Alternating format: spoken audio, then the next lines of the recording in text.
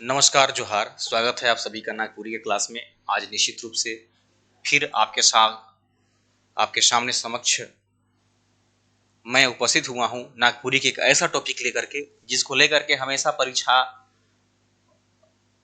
आगामी परीक्षा या फिर जो परीक्षाएं हो चुकी हैं, जैसे कि नगर पालिका संवर्ग का जो एग्जाम हुआ उसमें सिरदर्द बनी हुई है कि आखिर में उस आउट ऑफ सिलेबस को कैसे टैकल किया जाए। तो आज उसी को लेकर के फिर से हम उपस्थित हुए हैं आपके सामने कि धनेंद्र प्रवाही जी का जो तुलसी और कैक्टस है उसको अलावा उनका अन्य जो गीत कविता है उससे प्रश्न पूछे जा रहे हैं, तो फिर उसको कैसे करें।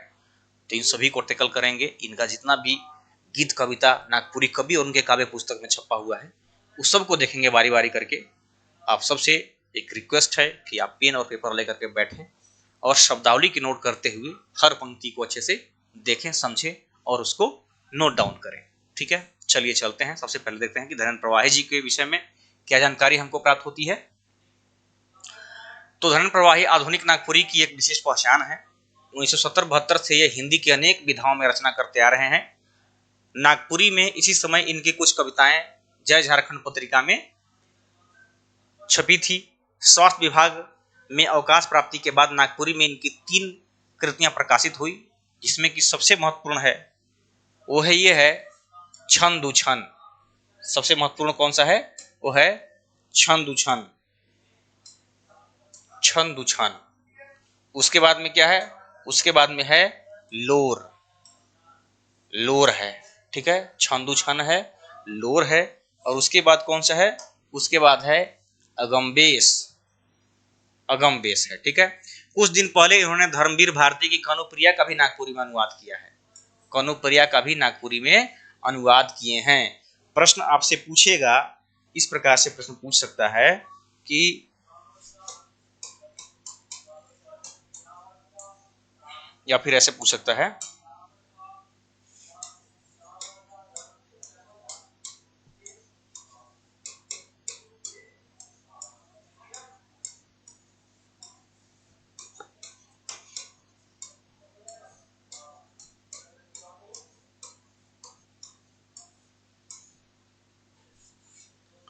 धर्मवीर भारती के कनुप्रिया के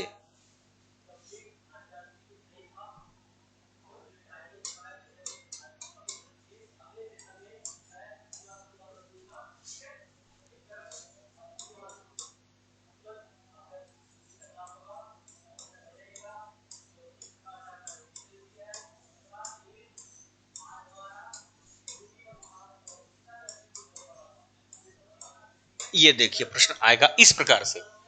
धर्मवीर भारती कर कनुप्रिया के नागपुरी में केमन उल्था कर हैं। यानी कि धर्मवीर भारती की जो कनुप्रिया है रचना, इसको ऐसे कनुप्रिया के नागपुरी में के कौन जो है वो उल्था होता है अनुवाद कर हैं। तो इसका उत्तर हो जाएगा जो है धनेंद्र प्रवाही।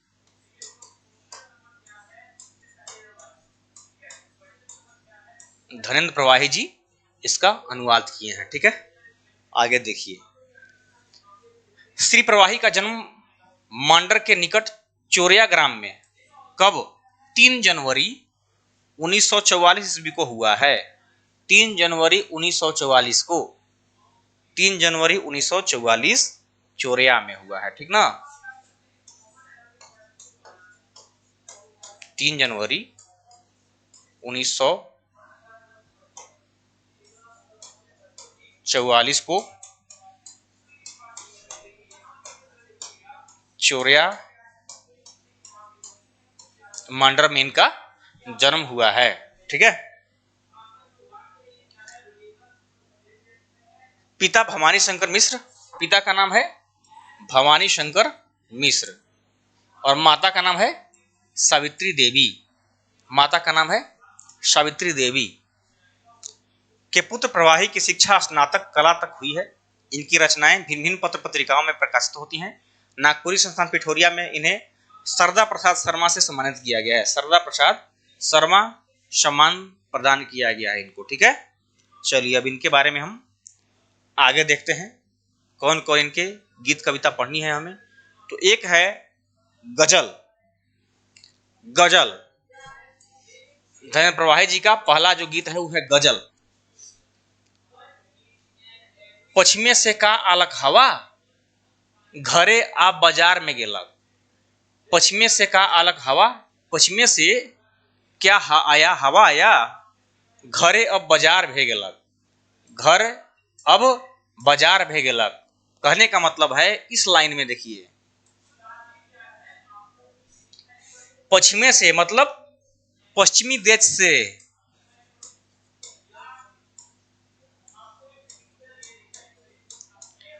पश्चिमी देश से एक ऐसा हवा आया कि घर जो है अब बाजार हो गया। यानी कि जो गांव था अब वो शहर हो गया। पश्चिम से, पश्चिमी देश से इस प्रकार एक हवा आया कि घर अब बाजार भे गेलक, बाजार हो गया। मोल तोल है डेग डेग में, हर डेग में, हर चीज में मोल तोल हो गया। यानी कि जमाखोरी, जमाखोरी, पूंजीपतियों का प्रभाव इतना बढ़ गया कि डेग डेग पर, यानी कि हर कदम पर मोल तोल, यानी कि मोल तोल शुरू हो गया। रिश्ता कारोबार भे गेलक, जो रिश्ता है वो कारोबार में बदल गया। ठीक है, रिश्ता कारोबार में बदल गया। दारू, किडनैप, नंगापन तो युग कर संस्कार भे गेलक। यानी कि अब के युग में, वर्तमान युग, इस युग मतलब वर्तमान युग में दारू, किडनैप और नंगापन यानी कि लंगई, ये सब इस युग का संस्कार में बस गया, संस्कारे हो गया। ठीक है, बुढ़वा घर कर होल संतरी। अब जो घर के जो वृद्ध हैं वो किसी अखड़ा या किसी सभा का विद्वान नहीं न बन करके वो घर का संतरी बस बन करके रह गए हैं, देख रेख करने वाला। छोड़ा तो फरार भे गेलक, जो घर के छोड़ा है, बच्चे हैं, वो तो घर से बाहर निकल गए। घर के जो बूढ़े बुजुर्ग हैं वो तो केवल एक संतरी बन के रह गए। तो इस गजल में, नाम है गजल, लेकिन इसका जो भाव है बहुत ही कड़े स्वर में आज की बदलते युगों का एक प्रकार से आलोचना किए हैं हमारे कवि, हमारे जो गीतकार हैं धनेंद्र प्रवाही जी। उनका स्पष्ट मत है कि पश्चिमी देश के प्रभाव से हमारा घर, हमारा रिश्ता और हमारे घर के जो बूढ़े बुजुर्ग लोग हैं उनका स्थान अब कोई और ले लिया है। जिस प्रकार घर गांव बाजार हो गया है, अब जो पहले समाजवाद अर्थव्यवस्था थी, समाजवादी अर्थव्यवस्था थी, अब जो है वो जमाखोरी और पूंजीवादी अर्थव्यवस्था बन चुकी है। दारू, किडनैप हमारे संस्कार का मूल तत्व बन करके रह गए हैं। वृद्ध जो है अखड़ा की मान सम्मान न होकर के घर का एक संतरी बन करके रह गए हैं, और जो बच्चे हैं वो घर से बाहर जो है निकल गए हैं। तो अपने गीत के माध्यम से बड़े कड़े शब्दों में बदलते युगों का प्रभाव को ये आलोचना किए हैं। तो इस सेशन में इतना ही। अब इनका हम धनेंद्र प्रवाही जी का अगला जो गीत है उसको हम लोग देखेंगे, जिसका नाम है तुलसी और कैक्टस। तुलसी और कैक्टस को देखेंगे हम लोग। धनेंद्र प्रवाही जी का यही तुलसी और कैक्टस हमको हमारे सिलेबस से पढ़ने के लिए दिया था, लेकिन अब जो 2 परीक्षाएं हुई हैं नगर पालिका सेवा संवर्ग का, उसमें आउट ऑफ सिलेबस धनेंद्र प्रवाही जी का दूसरे जो है गीत कविता से प्रश्न उठा करके पूछने की परंपरा शुरू हो चुकी है। इस वजह से हमें इनका सभी प्रकार के नागपुरी कवि और किताब में छपा हुआ गीत कविता पढ़ने की आवश्यकता आन पड़ी है। तो तुलसी और कैक्टस। अंगना के बीचों बीच ऊंच चबूतरा बनाए के पवित्र मन से रोपल तुलसी कर बूदा। बूदा के मतलब होता है पौधा, पौधा। ठीक है, अंगना के जस्ट बीच में उच्च चबूतरा बना करके बहुत ही पवित्र और साफ सुथरा मन से एक तुलसी की पौधा को स्थापित किया जाता है गांव घरों में। नेमहा पानी ढायर के जियाल मोर प्रीत मोर श्रद्धा। नेमहा पानी माने एक होता है पवित्र जल से, पवित्र जल से, पवित्र मन से जो जल अर्घ की जल को गिरा गिरा करके उस पौधे को जियाया गया है। उनका जो हर आदमी के जो प्रीत, उनकी श्रद्धा से उस पौधे को जिलाया जाता है के ले गलक उखराए के, और उसको जो पश्चिमी देश की सभ्यता संस्कृति है उसको उखाड़ करके पता नहीं कहां ले गया। यहां पर भी इस गीत कविता में भी पश्चिमी देश की संस्कृति पर कटाक्ष करते हुए बदलते परिवेश में हमारी अपनी संस्कृति को ये आलोचना करते हैं, उसको हम सब देखेंगे। इनका कहना है कि के ले गलक उखराए के दुआर कर दोनों अर्रा में। अब जो है, अब यहां से देखिए, अब जो है दुआर बने होता है दरवाजा, यानी कि दूरा पर के द्वार पर। यहां पर दुआर का मतलब होता है द्वार।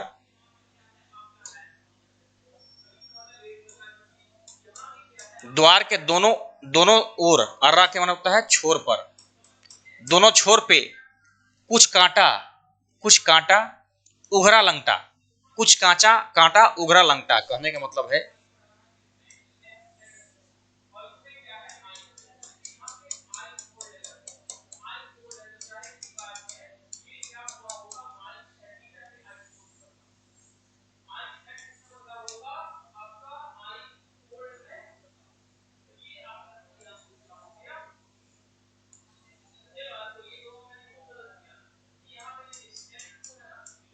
सब में जो है वो कांट है, कांटे ही कांटे हैं।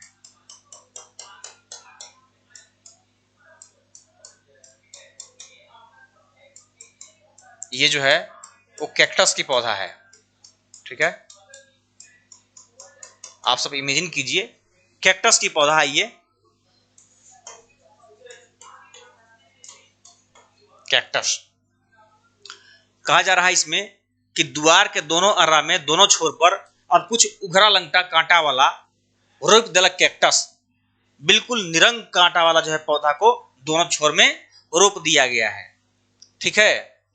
रोप देलक कैक्टस के हर आने के, पता नहीं कुछ लोग आए विदेशों से, वो हमारा जो दरवाजा के आंगन के बीचों बीच एक चबूतरा बना करके बहुत श्रद्धा से, बहुत प्रीत के पानी ढार करके, नेवहा पानी यानी कि बहुत पवित्र मन से शुद्ध गंगा जल और जल को ढार करके उनको जिलाया जाता था तुलसी के पौधा को। अब उस संस्कृति, उस सभ्यता में बदलाव हो गई है। पश्चिमी देश की संस्कृति के प्रभाव में आकर के अब लोग उस पौधा को उखाड़ फेंक दिए हैं, और अब तुलसी की जगह दरवाजा के दोनों छोर पे जो है कैक्टस की पौधा, जो कि कांटा कुसा भरे लंगटा कटा जिसमें भरा हुआ है, इस पौधे को ला करके लगा दिया गया है किसी के द्वारा। जीव कर जतने पोसल मोर सुगा मैना कांदत हैं कांटा में बाइज के। और अब जो है वो जीव को जतने माने कि बहुत जतन से, बहुत ही मेहनत से जो पोसा हुआ जो जीव है सुगा मैना, वो सब जो है वो रो रहे हैं। कहाँ? उसी कैक्टस के कांटा में फंस करके, बाज करके, ठीक है। कहने का मतलब है कि उसी संस्कृति में हमारा जो समाज रूपी तोता मैना है वो हमारा जो है इसी कैक्टस के कांटा में फंस करके रो रहे हैं, ठीक है। तो निश्चित रूप से इस गीत कविता में भी पश्चिमी सभ्यता की जो प्रभाव है उस पर कटाक्ष किए हैं हमारे जो कवि हैं वो। अब हम देखेंगे इनका अगला गीत, जिसका नाम है पूरब कर गीत, जिसका नाम है पूरब कर गीत, ठीक है।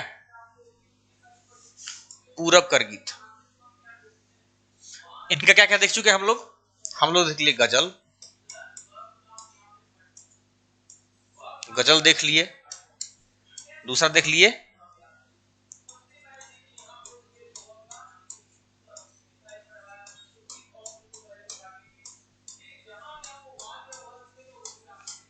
तुलसी और कैक्टस देख लिए। अब हम तीसरा देखेंगे जिसका नाम है पूरब कर गीत।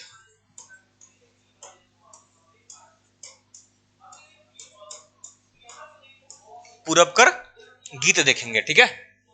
चलिए,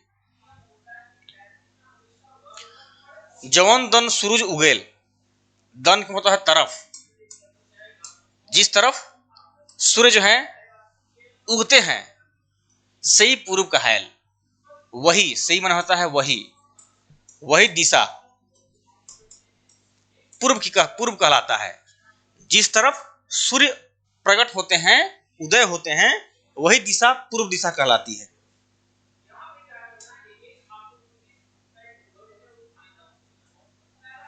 यही पूर्व जीव जिंदगी रंग रस, यही पूर्व जो है, यही पूर्व दिशा जो है वो जीव की जिंदगी का रंग है और रस है, फुर्ती और सुगंध बांटे।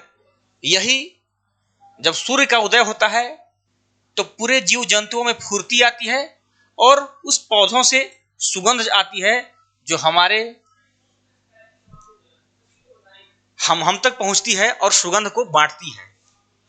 यही सूर्य से इंजोर होता है और सुषुम करेल संसार के, और सुषुम मन होता है गर्म, संसार को गर्म करता है, जगाता है, ठीक है, संसार के शक्ति से भर देवेल। और यही सूर्य के उदय जो है वो हर प्राणी को शक्ति से, ये पावर, शक्ति से, ऊर्जा से, शक्ति यानी ऊर्जा, ऊर्जा से भर देता है, मंगल बिहान करता है। और यही सूर्य से ही मंगल बिहान होता है, ठीक है, यानी कि शुभ प्रभात जो बोलते हैं वही मंगल बिहान कहना मतलब है यहाँ पर, यही सूर्य से मंगल बिहान होता है, ठीक है। यही पूर्व देवल ज्ञान, यही पूर्व जो है वो हमें ज्ञान देता है। रात्रि में तो लोग केवल विश्राम करते हैं, यही पूर्व देवल ज्ञान। मृत्यु नवा जिंदगी कर और भर देवक, मृत्यु नवा जिंदगी कर और भैर है के, मृत्यु तो नया जिंदगी का एक आरंभ है। वेद नाद भैर देवेल दसों दिशा के, यही सूर्य के प्रकाश से हमें वेद नाद भैर देवेल दसों दिशा के, हमको दसों दिशा के विषय में और वेद के नाद, वेद के विषय में हमें वेद श्रुति के विषय में दसों दिशाओं का ज्ञान प्रदान करता है। कौन? यही पूर्व दिशा, जिसमें कि सूर्य उदय होते हैं। आदि काव्य कर छंदराज अनुष्टुप करुण रस बरसावेल, जो आदि काव्य के जो छंदराज हैं, कौन? अनुष्टुप की बात की गई है, करुण रस को बरसाने वाले जो कवि कहलाते हैं। नौ रस कर भरेल भंडार, नौ रस का जो है रस 9 प्रकार के होते हैं, 9 रस कर भंडार भरने वाले होते हैं। तले रचल आनंद आपन हाथ है, और आनंद की रचना करते हैं कौन? अपने हाथ से सुंदर संसार को गढ़ते हैं। कतनो करिया उठावेल बदरी आइन ढाइप देवेल, कतनो करिया बदरी, अब यहां पर देखिए क्या बोला जा रहा है, कतनो करिया उठावेल बदरी आइन ढाप देवेल, हायर निमाने सूरज आपन संगे दिन लह लहे आवेल, ठीक है। अब यहां पर देखिए,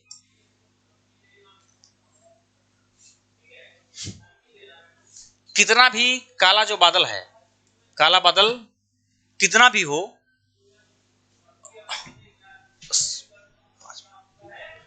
कितना भी ये जो काला बादल है वो बदरी को लेकर के, बदरी में होता है बादल, इस बादल को लेकर के आता है और पूरे आकाश को ढांप देता है।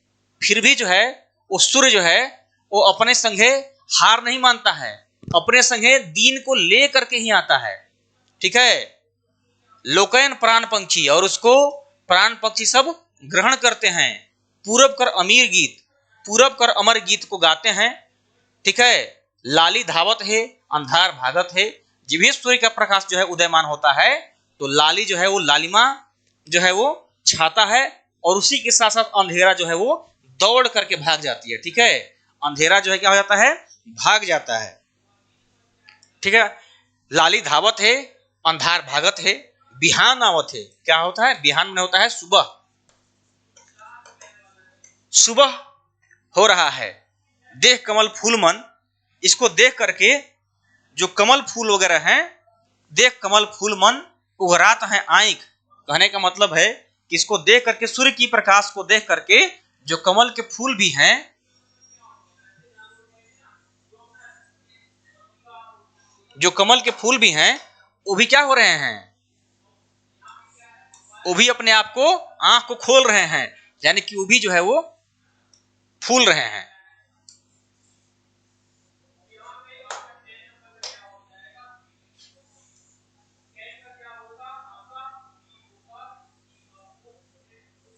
वो भी जो है क्या हो रहे हैं, फूल रहे हैं। ठीक है। पूरब कर अमर गीत लाली धावत है अंधार भागत है। पूर्व के गीत गाते हुए पंछी जो है उसको ग्रहण कर रहे हैं, लालिमा धा रही है, अंधकार भाग रही है, बिहान हो रहा है यानी सुबह हो रहा है, और उस सुबह होते हुए देख रहे कमल फूल अपना जो पंखुड़ी है अपना आंख को उघार रहे हैं, उघरा रहे हैं।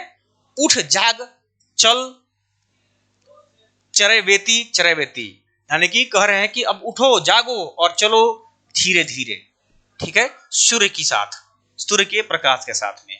तो निश्चित रूप से पूरब के गीत जो सूर्य भगवान से समर्पित, हमारे लिए उजाला कितना महत्वपूर्ण है और उससे कितनी सारी सरस बदलाव होती हैं, इस सब चीजों को एक प्राकृतिक चित्रण के माध्यम से हमारे कवि धर्मेंद्र प्रवाही जी प्रस्तुत किए हैं। ये गीत कविता और नागपुरी कवि और उनके काव्य जो पुस्तक है, जिसमें कि 260 के लगभग में 248 से ज्यादा कवियों का उसमें गीत कविता संकलित है। उसमें धर्मेंद्र प्रवाही जी का हम 3 गीत कविता को देखे, जिसमें कि गजल को देखे, तुलसी कैक्टस देखे और पूरब के गीत देखे। तो अब धर्मेंद्र प्रवाही जी के गीत कविता से कहीं से भी किसी पंक्ति से अगर प्रश्न पूछे तो निश्चित रूप से आप सब उसका उत्तर देने में सक्षम हैं। उम्मीद करते हैं आप सब अच्छे से इस गीत कविता को, धर्मेंद्र प्रवाही जी का जीवन चरित्र और उनके गीत कविता को देखे हैं, सीखे, नोट डाउन भी किए होंगे। तो इस सेशन में इतना ही, मिलते हैं फिर अगले सेशन में। तब तक के लिए जोहार, नमस्कार।